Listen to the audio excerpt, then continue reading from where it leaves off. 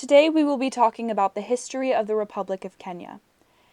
Kenya is one of Africa's 54 countries and is located on the equator on the eastern coast of Africa. It is one of the most geographically, ethnically, and culturally diverse countries in Africa, and its fascinating history is one important to tell in order to understand the essence of African culture and European colonization on the continent. Before we discuss the history of the country, we need to first discuss the geography of the country. As you know, Kenya is located on the equator and is surrounded by South Sudan, Tanzania, Ethiopia, Uganda, Somalia, and the Indian Ocean. The various topographical features within Kenya include its vast coastlines, mountains, swamps, plains, and hills. It is also separated into various geographical regions, such as the Lake Victoria Basin, the Great Rift Valley, the Eastern Plateau forelands, the Western Plateau, and the Indian Ocean coastline. The climates in Kenya range from tropical to arid depending on where you are in the country. The coastlines tend to be more tropical and have higher rates of precipitation, whereas as you go more inland, it tends to be more semi-arid or arid and much drier with less precipitation. The highest peak in Kenya is Mount Kenya, which reaches to about 5,199 meters. It is actually the second tallest mountain in all of Africa, second only to Mount Kilimanjaro, which is located in Tanzania, very close to the Kenyan border.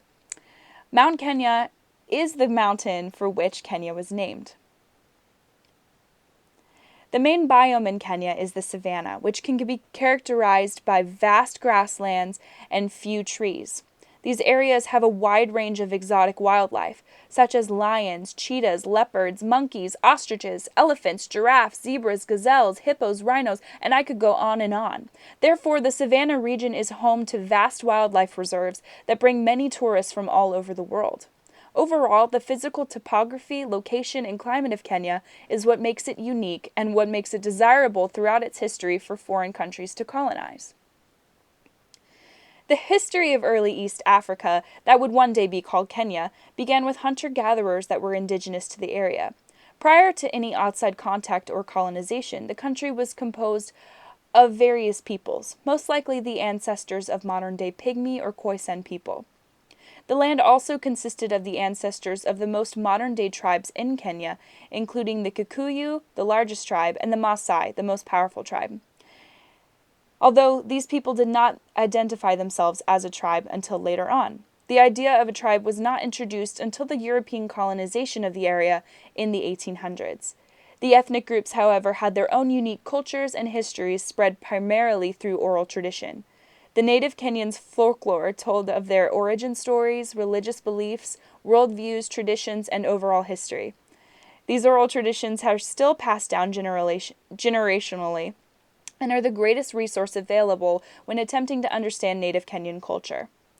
Around this same time, many people were migrating from various other regions of Africa, including Western and Northern Africa, and they began establishing themselves in the vast fertile land of Kenyan plains and the river basins.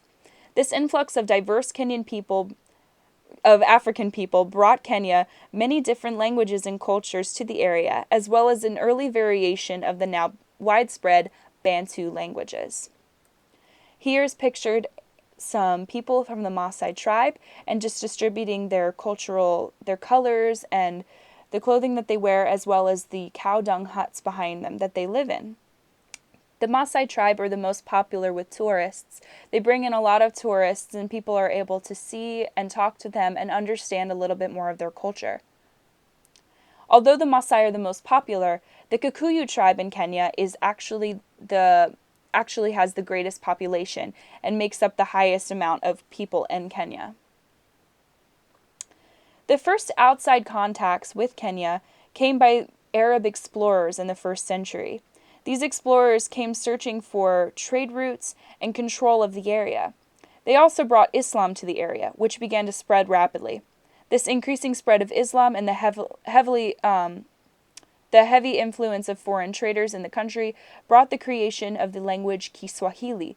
Kiswahili is derived from Bantu languages and is now called just simply Swahili, and it is laced with foreign vocabulary. This language, which is currently the national language of Kenya, formed its own new culture that allowed the indigenous people to connect with surrounding countries and trade routes. After the Arabs came to the land, which would one day be called Kenya, Romans, Persians, and East Indians came to trade a half-century later with people on the coast. Kenya had many natural resources to offer, such as plant life, animal life, which people used to poach the animals, and especially elephants for their tusks, for the ivory, or animals for their hides, just because they were exotic and not in other countries. The other resources include soda ash, zinc, limestone, gold, spices, and diatomite. The first European contacts with the country came with Portuguese Vasco da Gama. He discovered Kenya in 1498. The Portuguese quickly decided to gain control from the Arabs in order to use this as their own trade routes. After about 200 years, they were dissatisfied with Kenya and decided to give the control back to the Arabs. In 1850, European missionaries came to Kenya to try to get Kenya to convert from Islam to Christianity. Great Britain's presence in the countries quickly spread, and they decided to take over the country. Pictured in the bottom right is Vasco da Gama, the explorer. Quickly began the scramble for Africa. The scramble for Africa began with the Berlin Conference, where the most powerful countries in Europe met together and decided to divvy up and colonize all of Africa. They quickly divided Africa into many different provinces and allowed European countries to colonize there.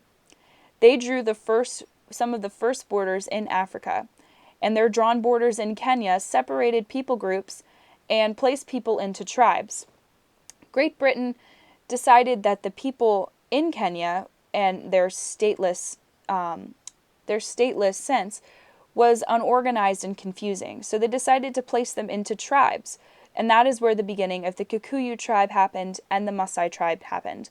Although these people were already familial groups living together, they were not identified as a tribe per se. That was a completely European idea. Quickly after Great Britain came to Kenya, they made it into the East Africa Protectorate. The East Africa Protectorate was ruled by the Imperial British East Africa Company and was just used to export raw materials and was used for trade routes and British manufacturing. Pictured in the bottom right is the flag of the East Africa Protectorate. It lasted until about 1920 when the area was renamed the Kenya Colony. The native people became too hostile, apparently, for the British people to rule, so they decided that official British rule was necessary. The first official British government was established in 1885, and the whole colony was renamed the Kenya Colony, named after the main mountain there, Mount Kenya. The first governor that was set in place was Sir Arthur Hardinge. The people quickly became unhappy with this rule. They were oppressed and they were treated with very, very unfairly, and they were given taxes and forced labor, so the people began to revolt. Quickly, the people began to form associations to fight for their own independence. They fought for their independence for over 6 years and gained their independence finally from Great Britain, December 12, 1963. Once they gained their independence, they elected Jomo Kenyatta as their first prime minister. Quickly after, Kenya became a presidential republic and elected their first president, Jomo Kenyatta. It is very important to study Kenya and its vast history to get a very good example of what just African culture is all about, as well as the colonization by European countries during this time. Kenya has a very diverse country and has been through a lot, and the current government is still striving to bring it back from the poverty that was left after the colonization. Kenya currently faces much poverty, but remains to be a beautiful, beautiful country and has many, many things to offer.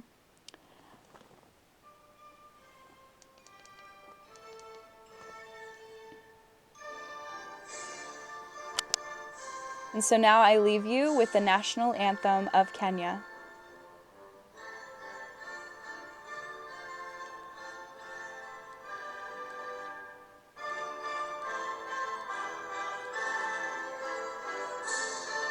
I hope you all enjoyed learning about Kenya and its beautiful culture, and I hope you continue to strive to learn about Kenya and its beautiful features.